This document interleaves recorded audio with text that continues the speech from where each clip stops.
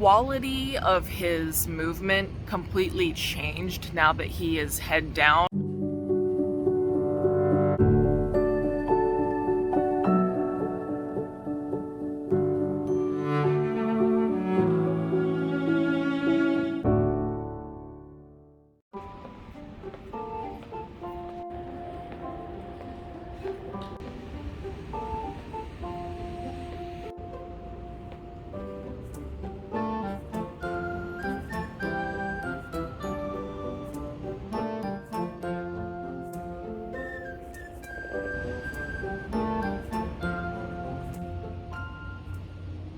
Hey y'all, sorry if it's kind of loud out here.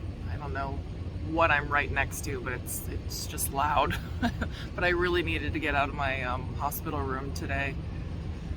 Just do something outside of those four walls. I took a few days off vlogging just because I really didn't have much to update on. And you know, everything was kind of same old, but yesterday a couple new things happened, so may as well talk about that, even though it's probably really boring.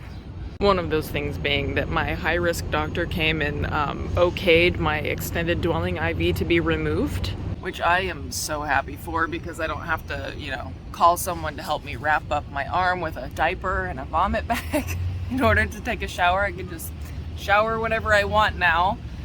But they said, you've been stable for 3 weeks, your blood pressure's great, you don't have any, you know, contractions or anything, so we don't need emergency access at this point, but if we see anything remotely suspicious on your blood pressure readings or your NSTs, then we will put it back in. But they said, you know, you've been perfectly fine for 3 weeks straight, so we trust that, you know, you're gonna be okay without this for the time being.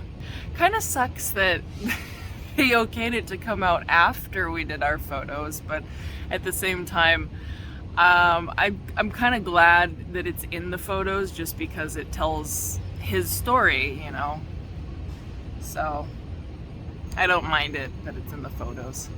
Another thing that happened is that Kieran moved head down now, and he has been head down since yesterday morning, so he's been head down for 24 hours, and I'm really hoping he doesn't flip back to breech, because he had been breech for the majority of our stay here.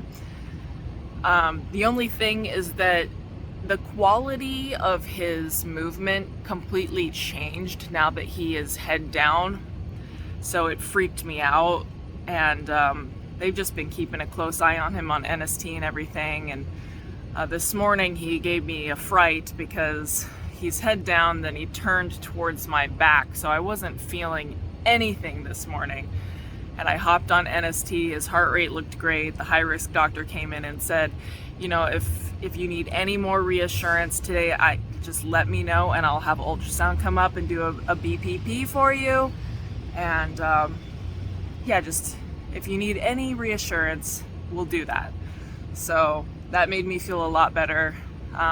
His NST looked fantastic though, so I'm not too worried. And of course he was very not happy about the NST. I'll show you a little clip from this morning.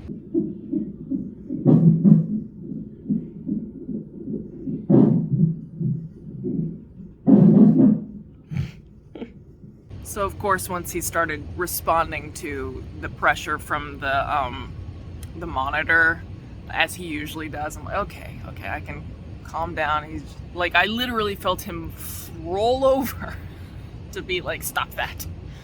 I have told you that I don't like this. So I feel a lot more at ease about that. I really don't know when they're going to do his next growth scan. I hope it's soon. I'm going to ask about that later today, just because it's been 3 weeks since I was admitted. And I think it's time, you know, to figure out how much he's grown, because I know he's grown a ton. I'm like out of breath when I'm walking, and he feels heavier, and I don't know why. I've just been way more exhausted the last couple of days, just sleepy, super sleepy. So I'm interested to see how much he's grown. Yeah, 30 weeks is coming up. I can't believe it. Other than all of that stuff, I ordered a bunch of cake decorating supplies so I can decorate Kaia's cake. Cameron's gonna do his best to bake the cake and make the frosting for me at home, which is gonna be hilarious because he's never done anything like that, so I'm gonna have to walk him through the process. And then he's gonna bring everything to me to decorate. And I've never decorated like a tiered cake before. I really wanted to do like a 2-tiered cake for her and like put some real flowers on it and everything. But I've been watching this YouTuber called The Icing Artist, and she makes it look so easy. Sorry, that tends to happen when you live at the hospital. Right, the icing artist. I've been watching her, and she makes it look super easy. Like, she had a tutorial on how to do a tiered cake, like a simple one. So we're gonna see if I can do this in my hospital room. What an adventure. I'll probably vlog that whole thing, whether it's a disaster or a masterpiece. I also ordered some party supplies, so to decorate the room a little bit for her, and I think I'll have Kameron try to pick up some helium balloons or something just to give her the first birthday in heaven that I wanted to, even though it's not the ideal location. Yeah, just really, it's coming up here in less than a week. I've been having a lot of mixed feelings about it and everything, and I think also approaching the anniversary of her death is contributing to my anxiety with little man. It's hard, you know. I'm sure once I'm starting to reach the gestation that I lost her, I'll also have some weird anxiety around that with him as well. But yeah, I'm just trying to take my feelings as they come like a wave and watch it wash over me and then recede back out, and just trying to not get carried away with it, if you know what I mean. So I started working on another cute little swaddle for Kieran yesterday, and probably gonna finish that today. But I was gonna buy all of the swaddle stuff for the donations that I want to make for my hospital, but then my card information got stolen and somebody was using it on Uber, and I know I didn't take a $100 Uber ride while I've been in the hospital. So I had to cancel out my card, and kind of annoyed because I missed out on the holiday weekend sale for the fabric. But I'm sure there's going to be another sale, and I'm probably not going to be going anywhere anytime soon. So once I get my new card, I'll just get all of that. Anyway, I feel like I've gotten sufficient fresh air, vitamin D, so I'm gonna head back inside. It's kind of cool. I didn't realize you could walk around the whole hospital on the terrace.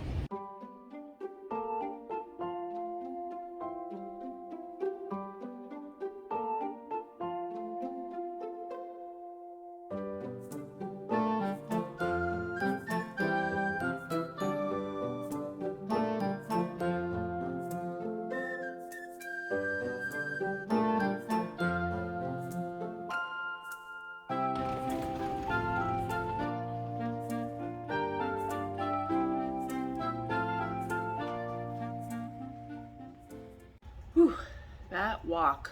I think around the whole plaza level is about half a mile, I want to say.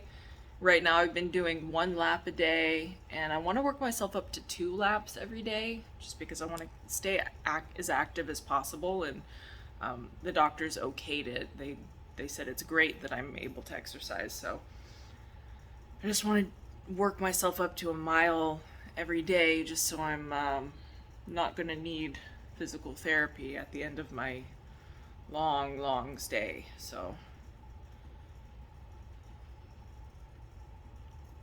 I just got really tired for a second.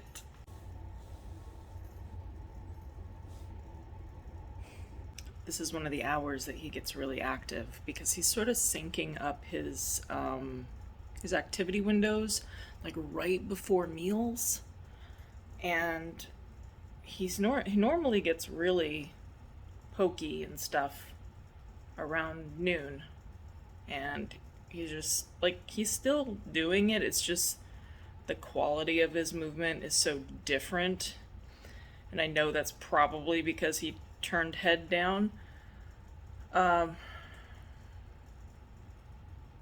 So I think I might call the doctor back in and just tell her that I'd like to do a BPP just for peace of mind.